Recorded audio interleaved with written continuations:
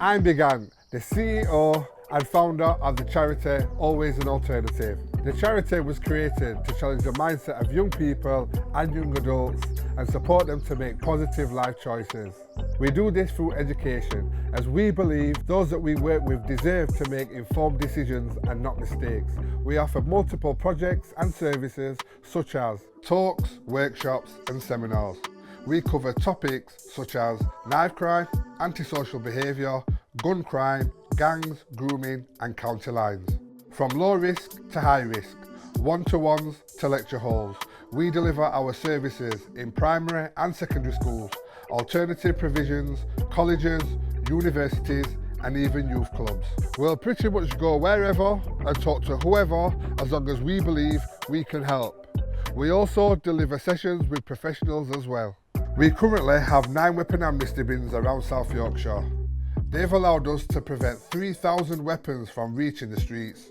From flick knives to samurai swords, machetes to zombie killers, all knives and potential weapons are welcomed. And this is our mobile youth club, created to go into communities and make sure young people get the support that they need. This is the games room, equipped with a PS5 and the latest games. Not a gamer? No worries. It can also become a movie room. This is the music room with DJ equipment. You can learn how to DJ, sing or MC. The laptops are equipped with editing software so you can make your own videos. This is our arts and crafts table for people to get creative. We also have sporting equipment, football, basketball, badminton. You name it, we play it. We also use other creative mediums to engage with young people to raise awareness of knife crime. Music projects, art projects, acting projects. We've made this video to give you some information about knife crime and hopefully lower the chances of you being affected by it. Let's start by asking some questions. Why do people carry knives? What is the impact of knife crime? And what would you do if you was faced with a scenario involving a knife? Let's get to it. Welcome to everyone's favorite game show, Higher or Lower! Hello, I'm your host, Big Ant. Welcome to Higher or Lower, the game show that will help you understand the statistics around knife crime. The game is as easy as ABC 1, 2, 3. I ask a question, you have 5 seconds to guess if the answer is higher or lower. If you're right, it's your night. It's your night! But if you're wrong, move along. Move along! Or if you're in a mess, then just guess. It is that simple. Let's have fun, no need for tension. Let's get on to the first question. Question number 1. Is knife crime higher or lower now than it was in 2014? 5, 4, 3, 2, 1. The answer is higher. If you're right, It's your night! if you're wrong, Move along! the Office for National Statistics, ONS, reports that knife crime in the UK has more than doubled in the past 10 years. Question number 2. In the year ending June 2025, was the number of sharp instrument offences higher or lower than 52,000? 5, 4, 3, 2, 1. The correct answer is lower. If you're right, Move along! what? Sorry about that, a little technical issue. Let's try it again. The answer is lower. If you're right, It's your night! but if you're wrong, Move along! yes, the ONS reports that there was 51,527 sharp instrument offences to be exact. Question number 3. In the year ending June 2025, was the number of NHS hospital admissions in England and Wales for assault by a sharp object lower or higher than 3,000? 5, 4, 3, 2, 1. The correct answer is higher.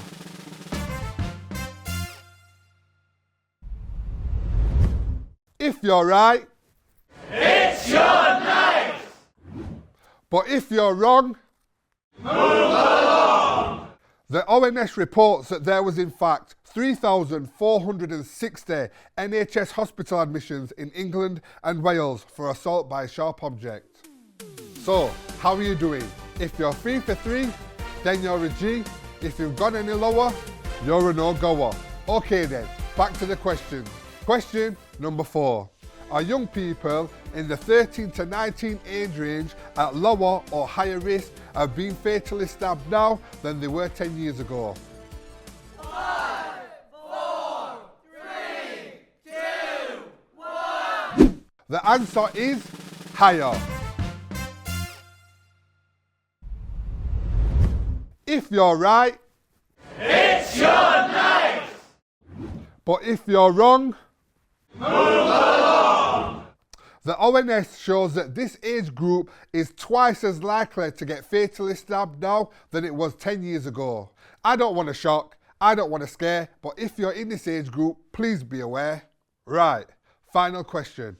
During 2024, were there higher or lower than 1,750 offences involving a knife or a sharp instrument in schools and sixth form colleges across England and Wales? 5, 4, 3, 2, 1. The correct answer is lower. If you're right, It's your night! but if you're wrong, Move along! in 2024 it was reported that there were 1,304 offences including a knife or a sharp object in schools and sixth form colleges in England and Wales. Alright folks, that's it from me. If you got 5 out of 5, then you are live. If you got any less, then you're a mess. Before I go, I'll keep it simplistic. Don't pick up a knife and become a statistic.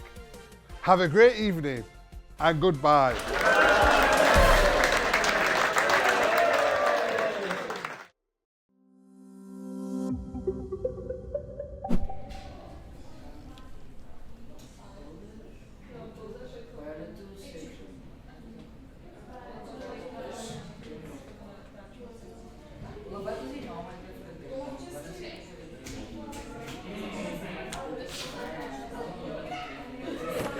Good morning, class. I'm your teacher for today, Mr. Big Ant.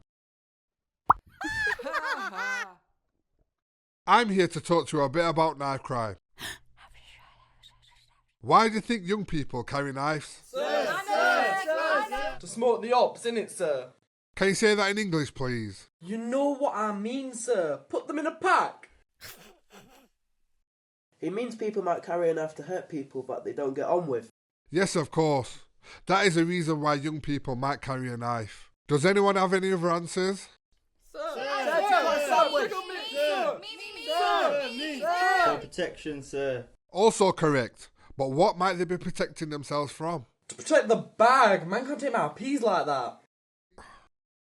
Because they think other young people are carrying them. Yep, because knife crime hits the news more, it feels like it's happening more often, which might lead some young people to believe that a lot more young people are carrying knives as well. You're all doing so well.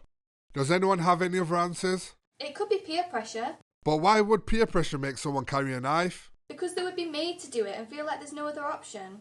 Their friends are like basically forcing them, sir. It happened with me once, but not with a knife. My friends made me feel like I had to fight this one girl for spreading rumours. I didn't want to because I knew it wasn't true, but they made me feel like I had to, so I did. I felt bad afterwards. That's 100% correct. Great example. Last answer now. To fit in. Yes, young people might also carry a knife to fit in. This could be a new friendship group or to feel like they are respected. Can you think of a time that you did something to fit in? There was a group of kids where my dad lives. Call them the blue team. They didn't get on with another group of kids, the red team. Anyway, long story short, I used to start trouble with the red team just so I could chill with the blue team, even though I thought that the red team were pretty cool. Brilliant example. There are also other reasons that young people carry weapons. Because they've seen it on social media, to act like they are hard, and to intimidate others. Now, out of all of these answers, which is a good enough reason or excuse to carry a knife? Quiet down.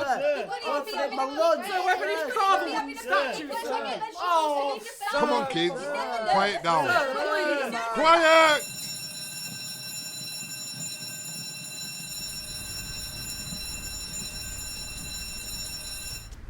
Now that I have your attention, there is no reason for anyone to be carrying a knife. If you do, you could get a criminal record, which will affect your education, your career, and even where you can travel.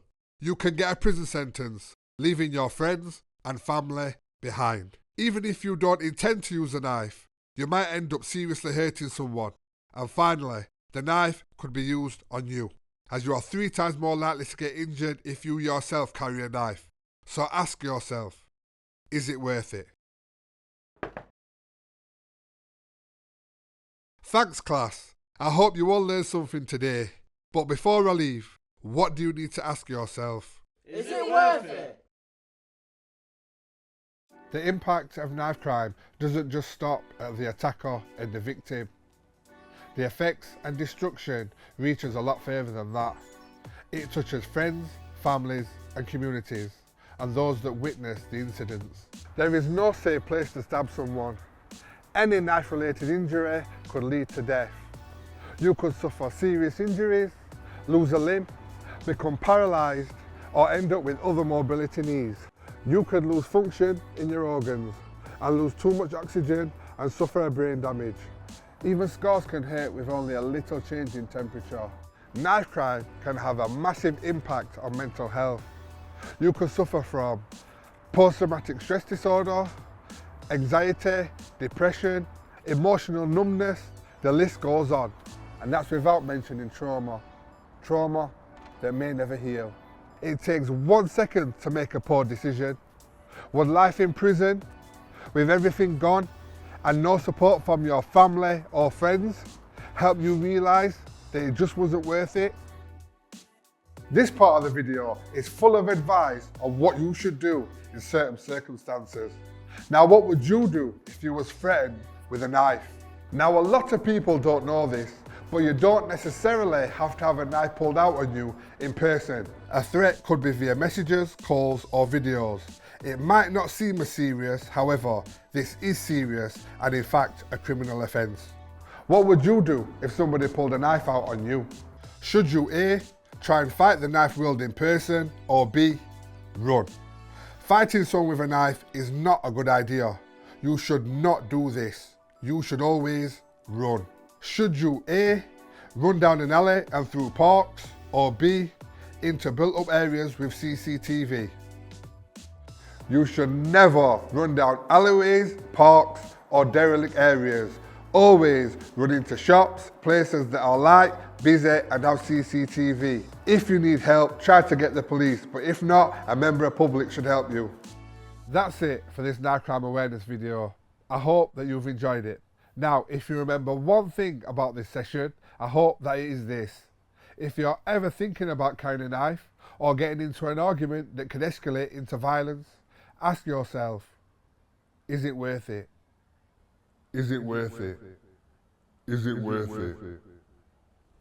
Is it worth it?